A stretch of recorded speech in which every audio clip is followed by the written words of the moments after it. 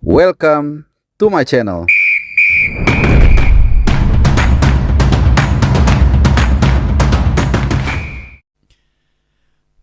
hari menuju round 4, menuju pertandingan yang sangat penting di mana di kualifikasi Piala Dunia 2026 Indonesia akan menjalani 2 pertandingan yang sangat menentukan menghadapi Arab Saudi di Jeddah di Arab tentunya tanggal 8 Oktober dan dilanjutkan selang 3 hari lebih sedikit ya menghadapi Irak di tempat yang sama tanggal 11 Oktober 2025. Nah teman-teman semua, sebelum gue take video ini sebenarnya gue pengen ngangkat soal ini, soal jarak pertandingan antara Indonesia dan Arab dan Indonesia dan Irak yang jaraknya sangat luar biasa mepet ya. Waktu itu sebelum dirubah ya, karena kita sudah dengar semua mungkin di mana pengajuan keberatan atau perubahan jam bermain sudah di-approve oleh AFC. Nah sebelum di-approve jarak pertandingannya itu sebenarnya kurang dari 3 hari ya. Kalau dihitung kita akan kick off tadinya pukul 20.15 waktu setempat. Ini semua waktu Arab ya, tanggal 8. Kemudian kita main lagi tanggal 11 Oktober itu pukul 18.00 gitu. Jadi kalau dihitung jarak pertandingan sebelum dirubah itu hanya 69 jam 45 menit ya. Jadi nggak sampai 70 jam. Dan itu pun sebenarnya not even 69, sebenarnya 67 jam.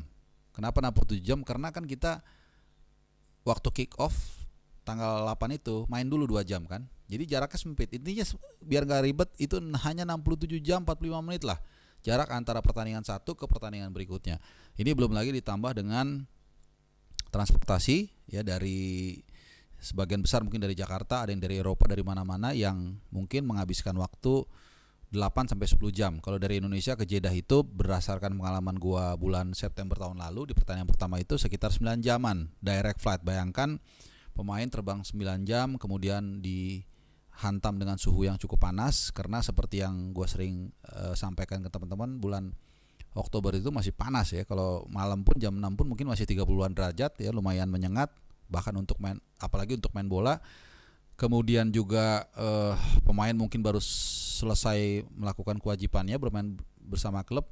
Jadi tentu banyak sekali kerugian-kerugian yang harus kita hadapi. Belum lagi kalau kita hitung tuan rumah dalam hal ini Saudi, karena kita di grup B bersama Saudi yang punya keuntungan. Jadi ada kontradiktif keuntungan di antara dua tim, yaitu kita sebagai tim tamu dan juga Saudi yang jarak pertandingan itu mencapai hampir kurang lebih 6 hari. Nah, kemudian gue hitung 69 jam bedanya antara pertandingan lawan Saudi dan lawan Irak, 67 jam ya. Lalu sebelum gue mau take, ternyata Ketua Umum PSSI Pak Erick Thohir menggelar jumpa pers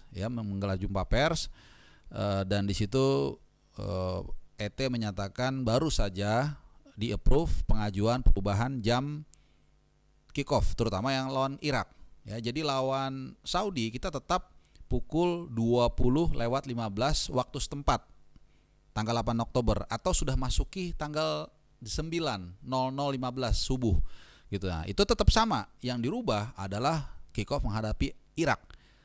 Ada perubahan atau lebih mundur 4 jam kick-off kita saat menghadapi Irak. Jadi ada tambahan sekitar 4 jam 15 menit kalau nggak salah, yang tentunya ini ya mudah-mudahan ya bisa memberikan waktu ekstra pemulihan recovery bagi para pemain yang akan bertanding di 2 laga yang sangat menentukan tersebut. Ya kita semua tahu kalau siapapun di grup A maupun grup B, kita di grup B bisa finish di peringkat pertama dalam 2 pertandingan, maka otomatis akan lolos ke Piala Dunia menemani 6 tim dari AFC yang sudah lebih dulu memastikan tiket ke putaran final Piala Dunia. Ya ada Jepang, ada Iran, ada Uzbekistan, ada kalau nggak salah Jordan ya, kemudian siapa lagi, Korea Selatan ya, pokoknya ada 6 lah ya, termasuk Australia juga. Jadi kalau kita bisa finish nomor 1, nah kalau finish nomor 2 tentu kita masih harus menjalani playoff mengadu dengan peringkat 2 dari grup grup A ya, dalam format home and away. Setelah itu kalau menang baru kita nanti akan masuk round 5 menghadapi wakil-wakil dari konfederasi juga di Amerika Serikat nanti mainnya ya.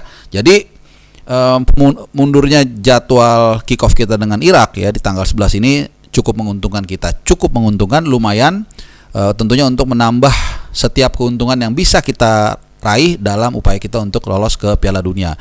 Dan tentunya satu lagi yang perlu diingat, para pemain kita ini masih berkutat dengan klub. Ada beberapa pemain, tidak semua.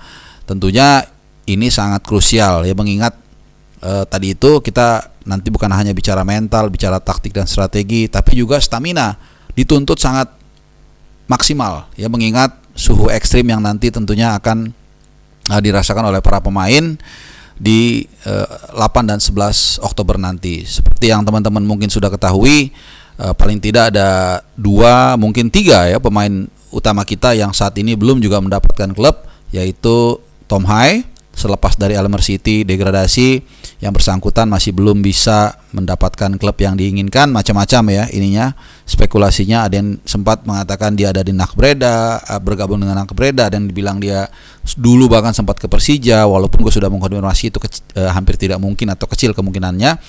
Dan selain Tom Hai juga kemudian ada Justin Hapner yang saat ini sepanjang pengetahuan gue belum mendapatkan klub, dan juga ada beberapa yang masih mungkin mau pindah tapi belum kesampaian. Kaitannya apa dengan tadi suhu udara dan juga situasi di bulan Oktober yang sangat genting, yaitu tadi kebugaran. Ya, kalau kita bicara Tom Hai misalnya, dalam situasi normal pun yang bersangkutan itu sulit atau jarang bisa bermain full 90 menit. Ya, apalagi dengan tantangan udara yang nanti panas, kemudian dia fitnessnya mungkin belum pulih 100% karena belum dapat klub. Dan ya perjalanan udara nanti yang juga cukup challenging, belum lagi penyesuaian baik pemain yang sudah ada maupun juga yang baru bergabung. Tentunya ini butuh effort yang luar biasa serius ya. Sementara tentunya Saudi yang gue bilang tadi, selain dia punya keuntungan sebagai tuan rumah, kemudian mereka juga tentunya tidak perlu, yang kedua nggak perlu menghabiskan energi waktu untuk terbang, karena para pemain Saudi kebanyakan memang main di Liga Saudi atau Saudi Pro League. Ya, kemudian juga mereka punya jarak waktu yang cukup ideal lah untuk mereka bisa recovery dalam 2 pertandingan tersebut. Dan tentunya satu pemain lagi, Justin Hapner, yang kita berharap segera dapat klub ya. Makanya kita senang nih, seperti Nathan yang sudah dapat klub walaupun itu RST divisi ya, maupun pemain lainnya, supaya mereka bisa segera memulihkan kebugaran mereka, karena waktu sudah tidak lama lagi, hanya mungkin sekitar 2,5 bulan lagi, karena sekarang sudah memasuki akhir Juli ya. Jadi Agustus, September 2 bulan, nanti tinggal tanggal 8 kita main ya, mungkin gak sampai 2,5 bulan. Jadi sangat pendek. Kita berharap semua pemain bisa fit, bisa segera mendapatkan klub, dan berharap juga jangan ada yang cedera ya. Cukup Ole yang sejauh ini memang terkonfirmasi tidak akan bisa membantu Indonesia di round 4 nanti bulan Oktober ya. Teman-teman semua, itu aja sedikit update gua terkait dengan jadwal dan juga cuaca di round 4 nanti di Saudi yang tentunya sangat ekstrim. Mudah-mudahan setiap jengkal usaha yang kita lakukan bisa berujung pada keberhasilan. Dan terima kasih buat teman-teman yang sudah menyimak. Sehat selalu dan adios.